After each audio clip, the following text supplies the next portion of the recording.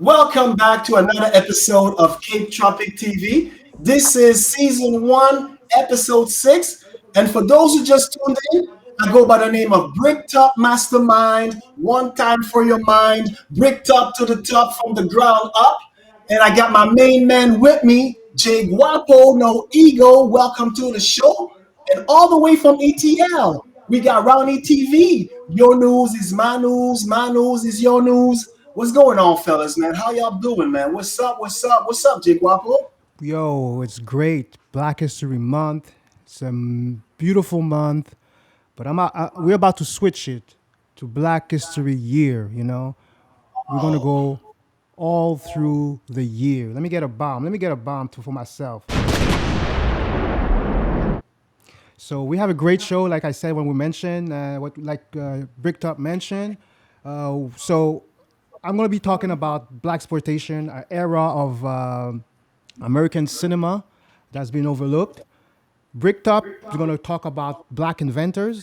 He's going to try to teach us give us some knowledge on black inventors, some stuff that a lot of us didn't learn going to school, high school, whatever. And then we move with Ronnie TV. Ronnie TV is going to talk about this great inspirational guy. Um, there's not enough words to describe what he did at the time that he did it. On top of that, my man James Baldwin. oh, James Baldwin. That's crazy, man. That's it, man. And hold up. Before we go further, man, I would like to say thanks to all the viewers, the support, what I'm saying, the emails, the messages, we appreciate it.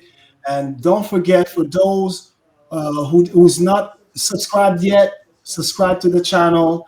And what I'm saying, we're doing this in order to go forward, so we cannot find any excuses. We need to create our own media, our own platform, and this is for us and for everybody else who's in tune with what's going on right now.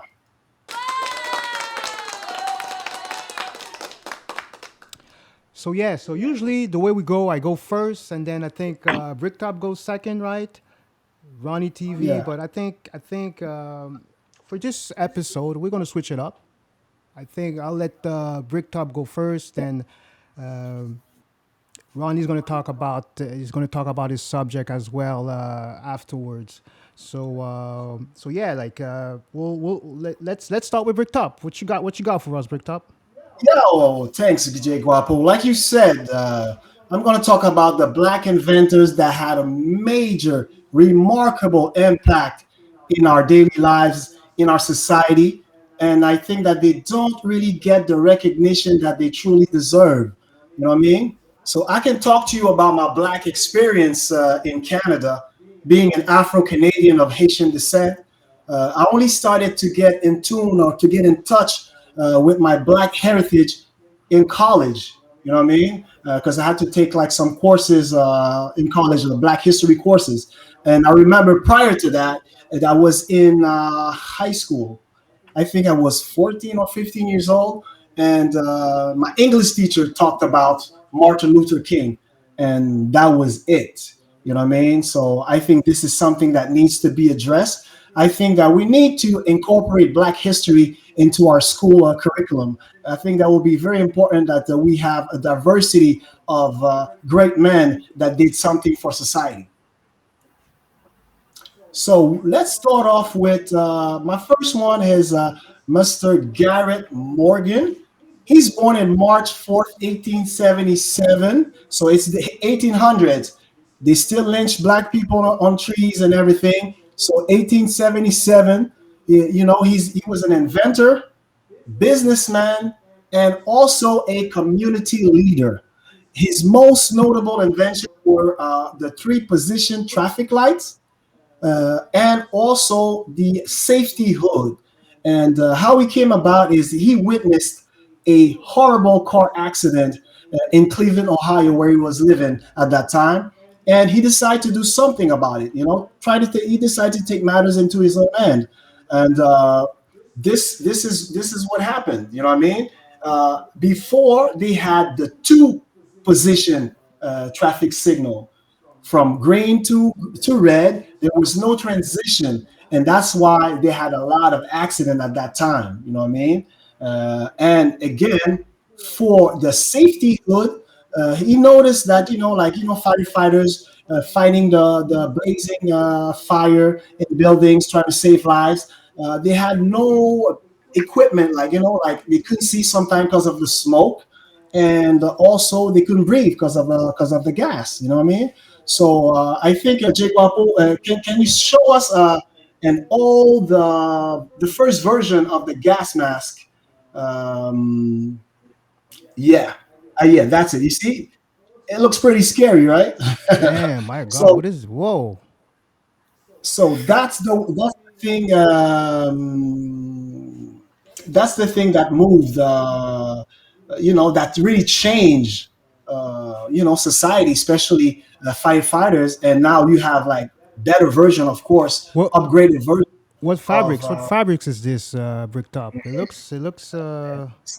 Oh man, it We're looks gonna look like into that. Yeah, we'll try to come Is up it with the. COVID free or COVID It looks like it's COVID free. COVID. Yeah, definitely looks like it. oh, post okay, post yeah. COVID? It was in Well, advance I don't know. already. So you see, and also he was a savvy businessman. He was an entrepreneur, and he even had his own hair care product.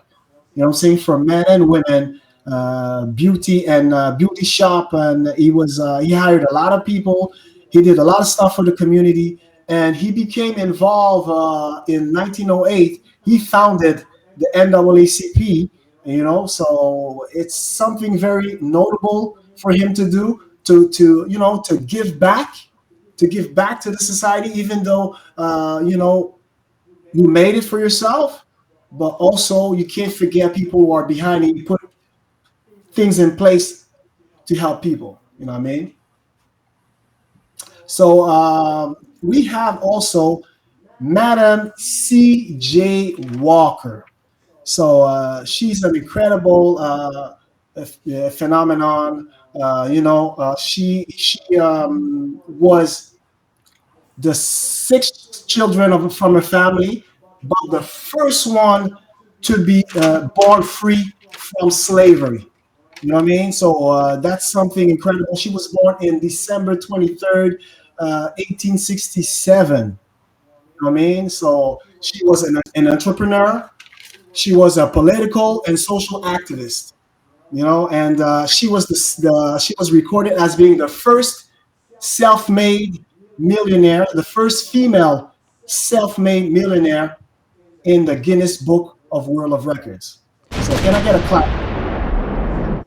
I gave you a bomb because you just said she was the first self-made.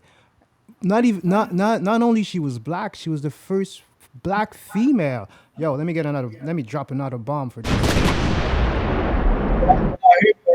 But I heard when she was, I mean, trying to do some promotion, she was trying to get in the church, attending church and promoting her product with in front of everybody, That and that's a that's good. what I. But let me explain to you how she started, how she came about to create her whole line of product. All right. First, you have to understand that she's the first child in her family born into freedom after the Emancipation of Proclamation was signed. So that's for once. And by the age of 7, she lost both of her parents. So she was an orphan at the age of 7. You know what I mean? Wow. And yeah, and she started working as a child domestic, at 7 years old. And at that time, a young kid by herself. She had brothers, she had siblings, but she was 7 years old and she had no choice but to work. Then after she got married at 14 years old, she was living, the fast life. Maybe not, because at that time it was pretty common to get married at that age. And you know what they say? The third time's a charm. She got married three times, and her third husband was Charles Joseph Walker, and that's how she was known as Madam C.J. Walker. And she Is was that living in at that time, and she had a scalp disorder. She was losing her hair, and she was seeking for a cure. And there was a lady, a self-made, a black entrepreneur who had already her hairline products. And she started to use them, and she started to see results. And so therefore, she ended up working for that lady. Then after, she decided to go on her own, and that's how she became very successful with her own hairline product and a beauty product as well.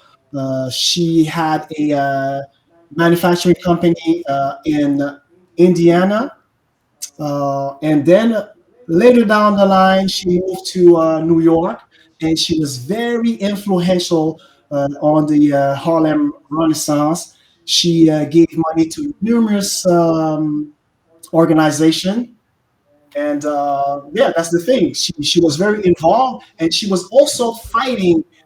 She wanted to put she wanted to put a federal crime for any lynching. So she went to she wanted to talk to the U.S. president at that time. Unfortunately, she wasn't successful, but she was an advocate for for banning the lynching. So I think that is very important, and that's very remarkable of her, Madam C.J. Walker. There's a TV series on Netflix about her. It's called Self Made, inspired by the life of Madam C.J. Walker. I haven't looked at it yet. I haven't seen it yet, but there's something that definitely I'm planning on doing. And she was a very a remarkable woman. You know what I mean? Very down to earth and helping the community. So we need to have those to be put more into our common lives, like so we know that hey, she had it rough. We can say that she came from humble beginnings. You know what I mean? 7 years old, you lose both of your parents. You could end up dead or being but abused, and today can we have? I heard we have our own line. She have a, I mean, a great daughter saying they still having their own line there in Sephora. I forgot where, but she have her still have her own line of yes, product. A Sephora. definitely. I don't know if it's Sephora, but I know that the company lives on. They were even in Cuba, Jamaica, and even Haiti. Like she was exporting all over. Wow. Like she was a successful businesswoman. But What about Self, that's mean the bleach the product people black people wear a lot. I'm sure white people wear that too. You know the bleaching. She still promoted. She was promoting that. Is it, you know? oh, well, Ronnie TV. At that time there was like the slave mentality, I guess, and Uh, possibly, but I think what she did, she also empowered black people to show that hey, Okay. it's possible. We can make it. You know what I mean? So I think she did something positive. Maybe you might not like the products back then, but hey, now Okay. I think we have more natural products. We have like new hair product lines with natural care. So I think there's a shift. But if it Yeah. wasn't for her, I don't think Yeah. we would have all those black owned businesses. But I think also she's. I guess we have to really acknowledge her. I'm not trying to say focus on black business people, but sometimes the black people do business in hair salon. What else? Tiny restaurant, and what else again? So it's surrounding by that type of business. I guess she already give the way how to do it. So I guess those type of business related to black people. I guess. And you have to understand that at that time, like it was amazing. She was driving her own car. You know what I mean? Wow. Very So good. she was an incredible woman, very powerful, very influential. Did I she got a set a question for reaching you. moment? I got a question for you, Bricktop.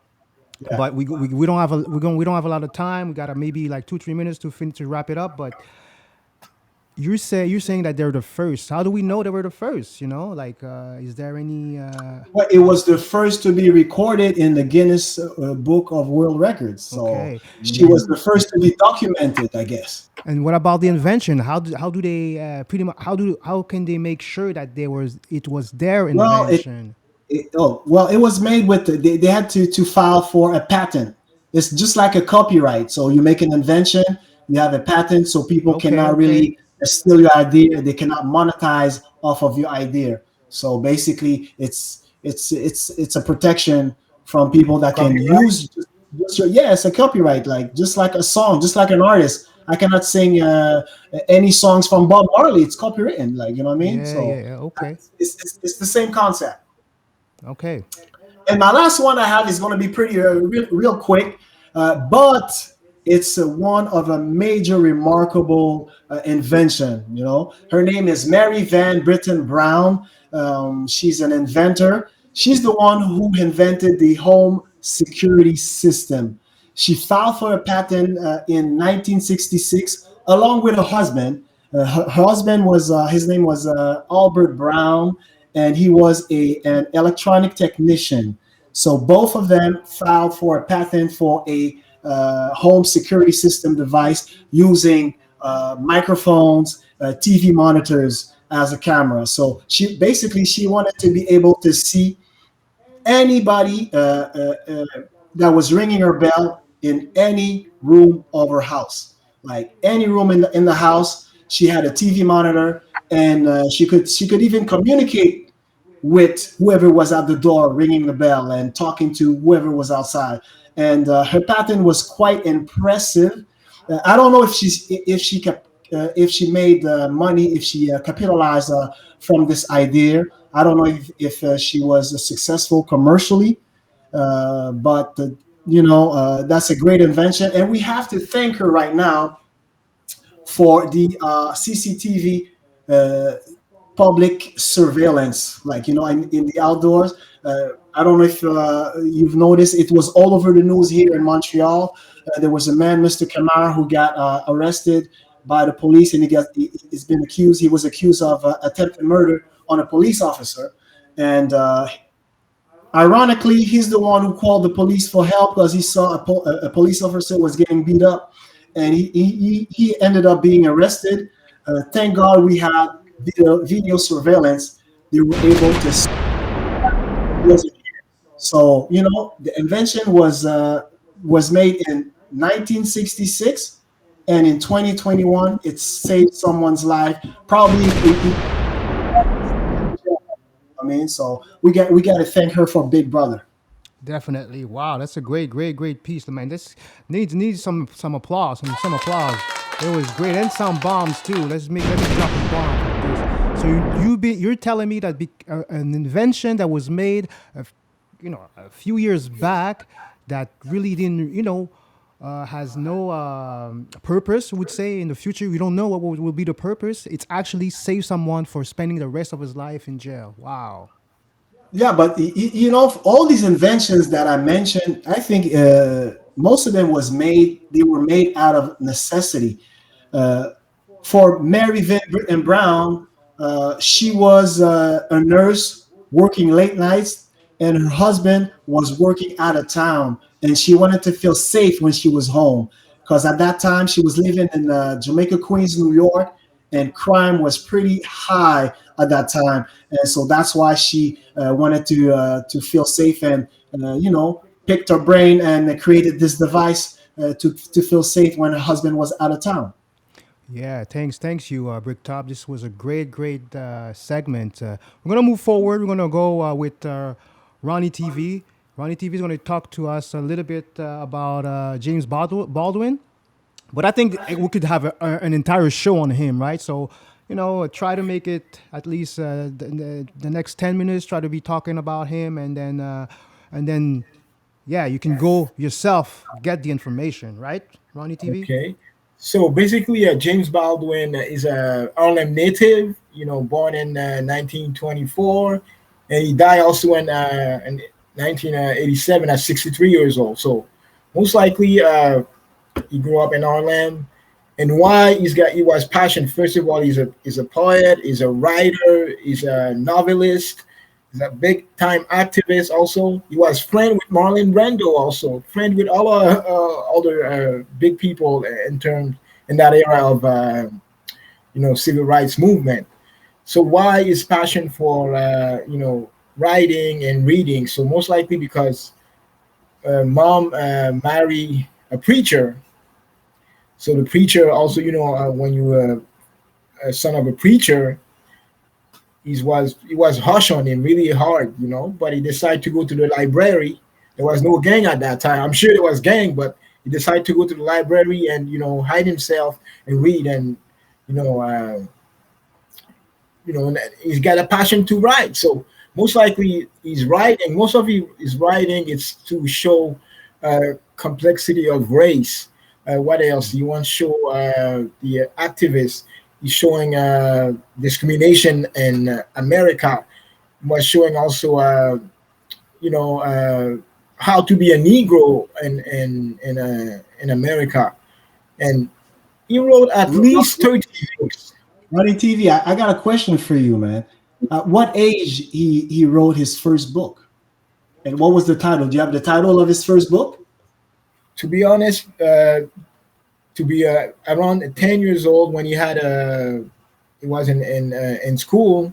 I think his teachers saying, "Oh, I think he's got a passion." One of his essay was published at his school. So now his teacher noticed, he was like, "Wow, he's got some talent." So he's saying, the teacher said, "Oh, I'm going to invite you to a real play." But you know what? At that time, it's funny, eh? Because his stepfather was against that a white person bring him to a real show. So most likely, he went there, and because of his teachers, around 10 years old. But I forgot the book name. But if you give me some time, that could go. You Well, know, actually, Titan, I got Ronnie TV. I got something for you. I don't know if I can see, or we could you see the iPad, but it says here that it says that age 13 he wrote his first article, Harlem, then and now. So I so don't know you went. if that Did you considered to be publish a that at first your book, school? but yeah. Well, he You started to write published yourself. He was very active at a young age. So okay. Yeah, at a young age. So his teachers recognize him and wants to bring him to the real play. So they ask his parents. His parents was really reluctant and saying, "Hey, why you bring my But and at least they accept, and he shows them. So he wrote at least 13 books. One book, I mean, two books at least, they nominated. The first one is, what's the name of that book again? I know it was an unfinished book. Remember this, I forgot is the help me. Remember this house. That's the book. Remember this house. So Raoul Okay. Peck uh, like finished it, and it was his base of Raoul Peck documentary. This is for the event of assassination of Malcolm X, Martin Luther King, like the people in the era of the civil rights movement. So guess So what? were they That, friends? Was he friends with Malcolm X or with Muhammad of course, Ali? And that's he was friends with Malcolm, Maya Angelou. He was friend with Huey. He was friend with Marlon Brando. Don't forget, at that time, Marlon Brando was really a big activist too. So he was friend with a lot of people in that movement. So anyway, to be that movie, I Am Not Your Negro in 2016 was nominated for an Oscar. He had another book, If Bailey okay. Street Could Talk, that was nominated for an Oscar. But by the age of 24, he moved in France. He moved in France, and you know what? In 1966, uh, France give him the Commander of Legion d'Honneur. In 1966. That was Okay, so he amazing. was a Mason. Was he a Mason? What? I don't know, but when you got talent, they embrace you anyway. When you got talent. But I don't know, Jay, if you have the piece, are you gonna pass the audio Yeah, or you want me to play it now for you? We got an audio with him. Yeah. because he was a big narrator also. It was a really big, strong speech. Today, remember 1924 and the era of emancipation, the era of slavery, the era of lynching was a big debated. So they invite him all around the world to debate. But that piece you have of the narration, I believe it was from a TV show. They invite him Yep. I don't know. I have to look into. I was because actually. I had choose the other narration, but maybe you changed that because I choose the one you was saying. Oh, Kennedy came not too long ago, and now Kennedy's saying if you're nice, you could become a president. Yeah. So No, it's it's not for this one. him. It's actually another one where he's actually confronting a scholar actually about what does it mean to be To be black in black. America. Okay, guys, can you go with that fast, Sure. and Yeah. that Let's would go be ahead and good play to the this, and then we'll viewers. come back and we'll. Yeah, I think we have four. We got 4 minutes. I still have four. The years I lived in Paris did one thing for me. They released me from that particular social terror, which was not the paranoia of my own mind, but a real social danger visible in the face of every cop, every boss, everybody. I don't know what most white people in this country feel, but I can only conclude what they feel from the state of their institutions. I don't know if white Christians hate Negroes or not, but I know that we have a Christian church which is white and a Christian church which is black. I know, as Malcolm X once put it, that the most segregated hour in American life is high noon on Sunday. That says a great deal for me about a Christian nation. It means that I can't afford to trust most white Christians and certainly cannot trust the Christian church. I don't know whether the labor unions and their bosses really hate me. That doesn't matter, but I know I'm not in their unions. I don't know if the real estate lobby is anything against black people, but I know the real estate lobbies keep me in the ghetto. I don't know if the Board of Education hates black people, but I know the textbooks they give my children to read and the schools that we have to go to. Now, this is the evidence. You want me to make an act of faith, risking myself, my wife, my woman, my sister, my children, on some idealism which you assure me exists in America, which I have never seen.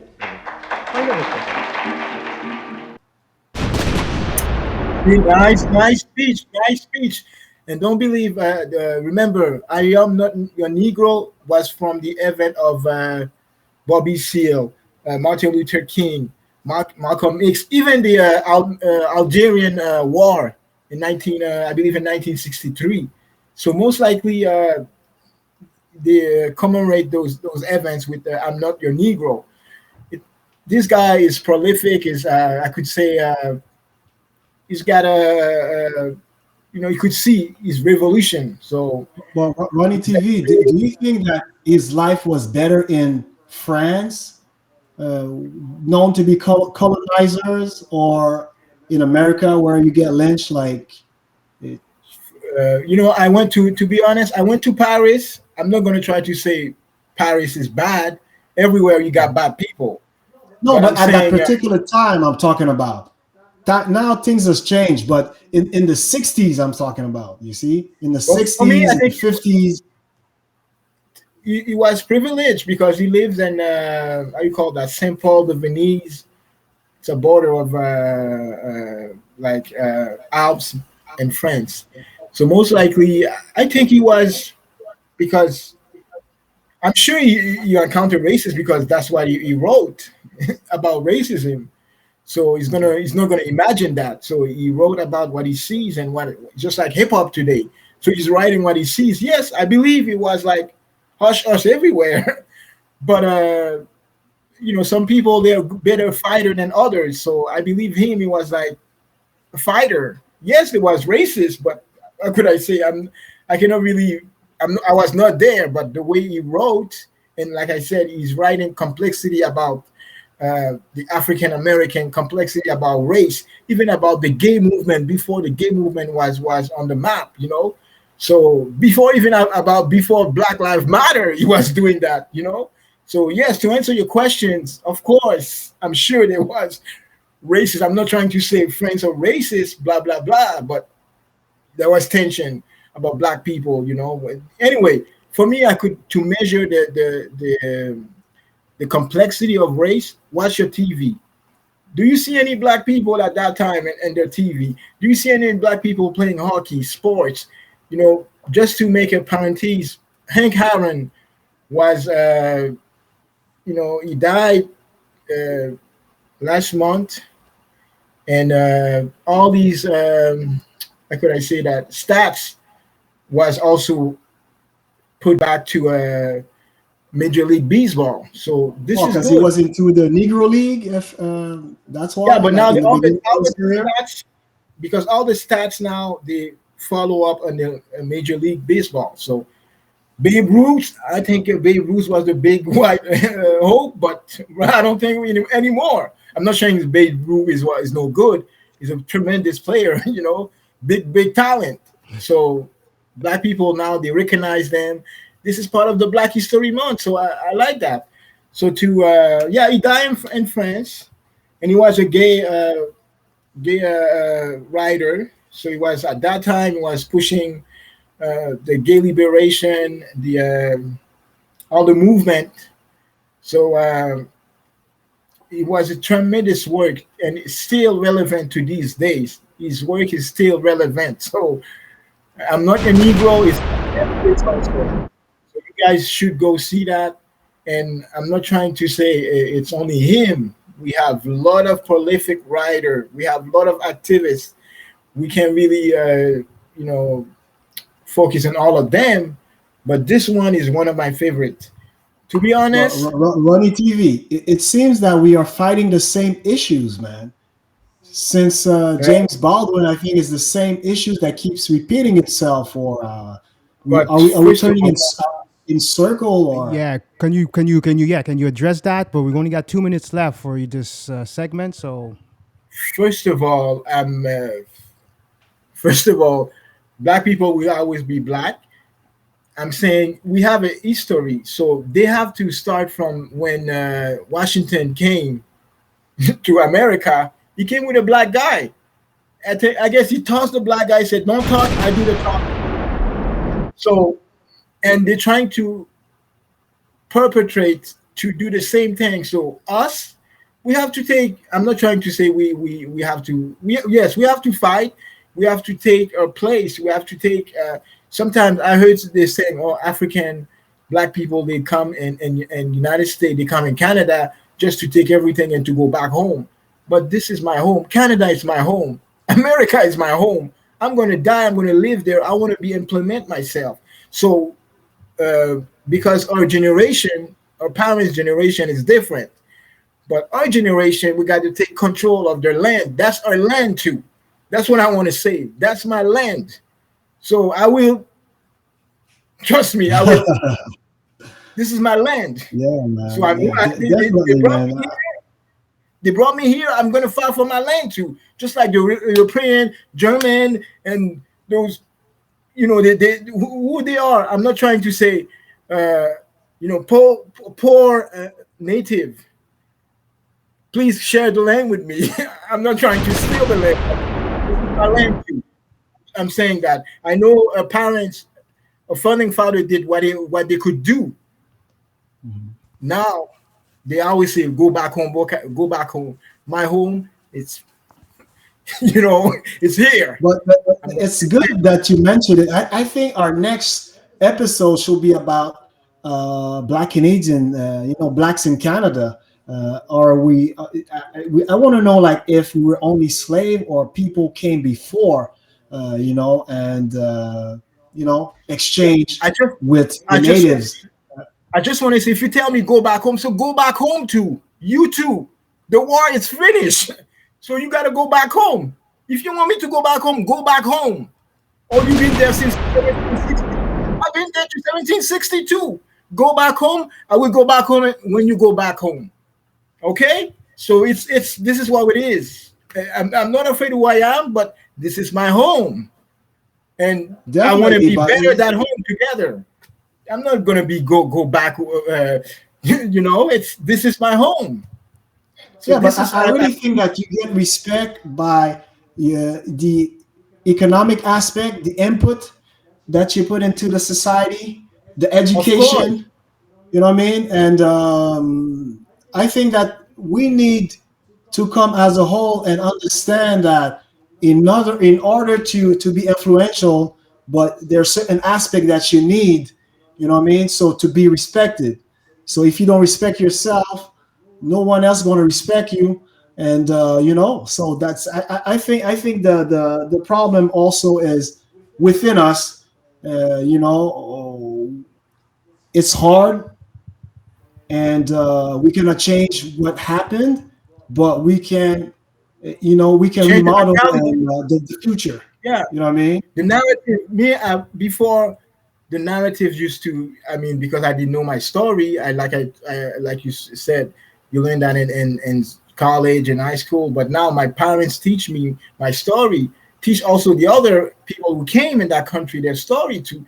So we all same blood. We got to share the same advancement. But if you left some people there, some community there, and then they brainwash them, say, "Oh, I want to take whatever they do and go back home." No, I got generation live there, so I want to stay there. I'm staying there. So if you want to go back home, go back home. You go back home, but I've been there and I'm staying there. And this Can is I for have a my bomb, black man? Can we you drop some bombs, man? people. So it's unfortunate. Some people want to go, but here, me, I want to take over. I would like to buy more land. I would like to buy more houses. I would like to create jobs. You know, Yeah, yeah, yeah.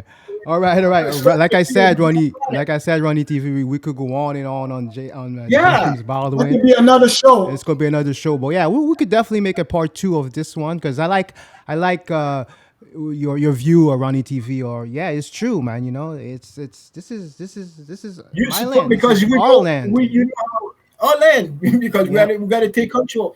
And the native people, it's the land of native people too. So we share the land.